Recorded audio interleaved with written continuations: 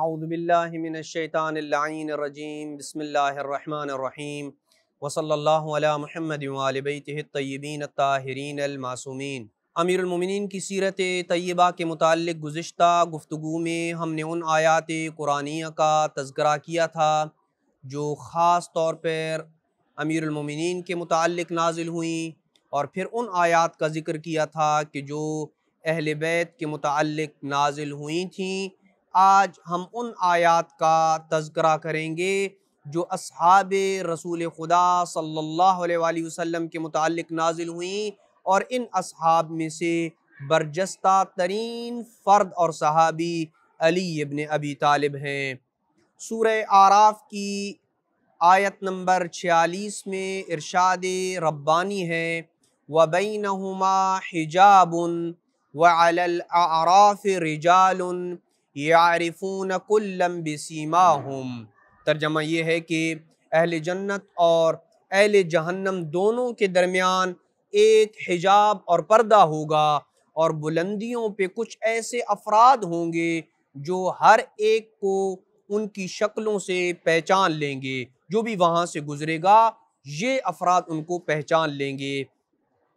ابن عباس روایت کہتے ہیں کہ اعراف پل صراط پہ ایک بلند جگہ کا نام ہے جہاں عباس ابن عبد المطلب، حضرت حمزہ، حضرت علی اور حضرت جعفر طیار ہوں گے۔ یعرفون محبیہم ببیاض وجوہہم ومبغضیہم بسواد الوجوہ۔ یہ افراد جو اعراف مقام کے اوپر ہوں گے یہ اپنے محبوں کے چہروں سے نکلنے والے نور کی سفیدی سے ان محبوں کو پہچان لیں گے، اور اپنے دشمنوں کو، اپنے ساتھ بغض رکھنے والوں کو ان کے چہروں سے نکلنے والی سیاہی سے پہچان لیں گے کہ یہ ہم سے دشمنی اور بغض رکھنے والے ہیں۔ اسی طرح سورہ احزاب کی آیت نمبر 23 کو اگر تلاوت کریں، جس میں خداوند عالم کی ذات یہ فرماتی ہوئی نظر آتی ہے من المؤمنین رجال صدقوا ما عاہدوا اللہ علیہ فمنہم من قضى نحبہ ومنہم من ينتظر وما بدلوا تبدیلا۔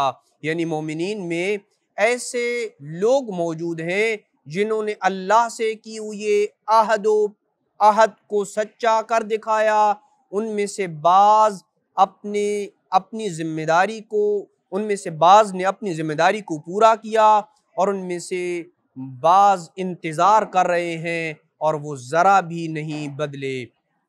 امیر المومنین صلوات اللہ وسلامہ علیہ منبر سلونی کے اوپر تشریف فرما تھے۔ کسی نے پوچھا مولا یہ آیت کس کے حق میں نازل ہوئی ہے؟ تو امیر المومنین نے فرمایا اللہ میری مغفرت کرے، یہ آیت میرے بارے میں، میرے چچا حمزہ اور میرے چچا زاد عبیدہ بن حارث کے حق میں نازل ہوئی۔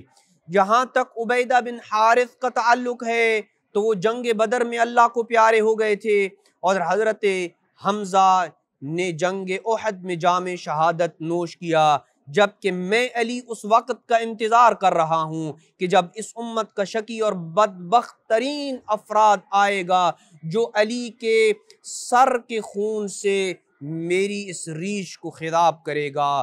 تو یہ تھیں وہ آیات کہ جو اصحاب رسول خدا کے ساتھ مولا امیر علیہ السلام کی شان میں بھی نازل ہوئیں۔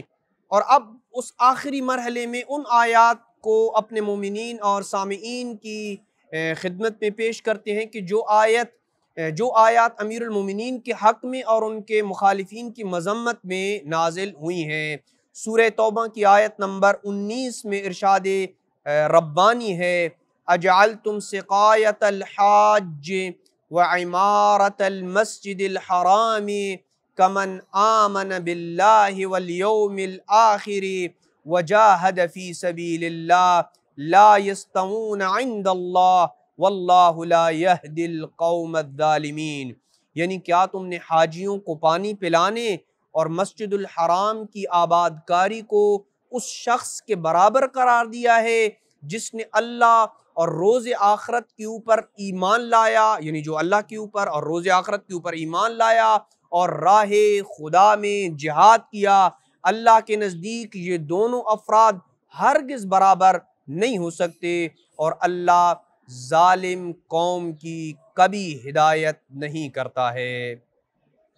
یہ آیت امیر المومنین حضرت عباس ابن عبد المطلب طلحہ بن شیبہ کے بارے میں اس وقت نازل ہوئی جب طلحہ نے یہ کہا تھا کہ میں وہ ہوں کہ جس کے پاس خانہ کعبہ کی چابیاں اور غلاف ہے، اور ابن عباس کہنے لگے میں وہ ہوں کہ حاجیوں کو پانی پلانے کی سعادت اور ذمہ داری جس کو سونپی گئی ہے۔ تو امیر المومنین صلوات اللہ وسلامہ علیہ نے جب یہ سنا تو کہنے لگے ما ادری ما تقولون، مجھے معلوم نہیں تم اپنے کون سے فضائل پڑھ رہے ہو۔ لقد صلیت القبلہ ستۃ اشہر قبل الناس، لوگوں کے رخ بقبلہ ہونے سے پہلے میں 6 مہینے تک رسول کی اقتداء میں قبلہ رخ ہو کے نماز پڑھتا رہا۔ وَأَنَا صَاحِبُ الْجِہَاد، اور جنگوں میں آگے بڑھ بڑھ کے جہاد کرنے والا میں تھا۔ اسی طریقے سورہ سجدہ کی آیت نمبر 18 میں فرمان الہی ہے کہ أَفَمَنْ كَانَ مُؤْمِنًا كَمَنْ كَانَ فَاسِقًا لَا يَسْتَوُونَ، بھلا وہ جو مومن ہو وہ فاسق کی طرح اور اس کے برابر کیسے ہو سکتا ہے؟ یہ دونوں فاسق اور مومن ہرگز برابر نہیں ہو سکتے۔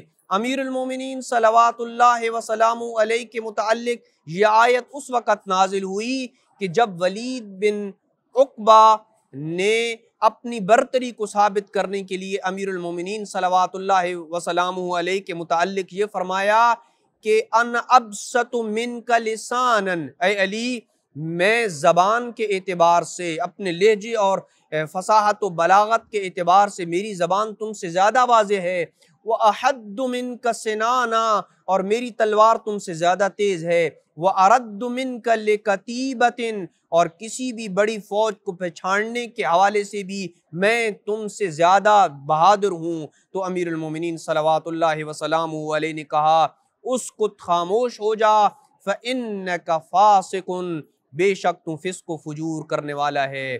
پس یہ آیت امیر المومنین علیہ السلام کی شان میں نازل ہوئی اور امیر المومنین کی فضیلت کو بیان کر رہی ہے۔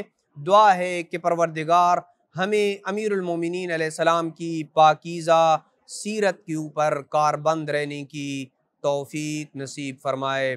وصلی اللہ علی محمد وآل بیتہ الطیبین الطاہرین المعصومین۔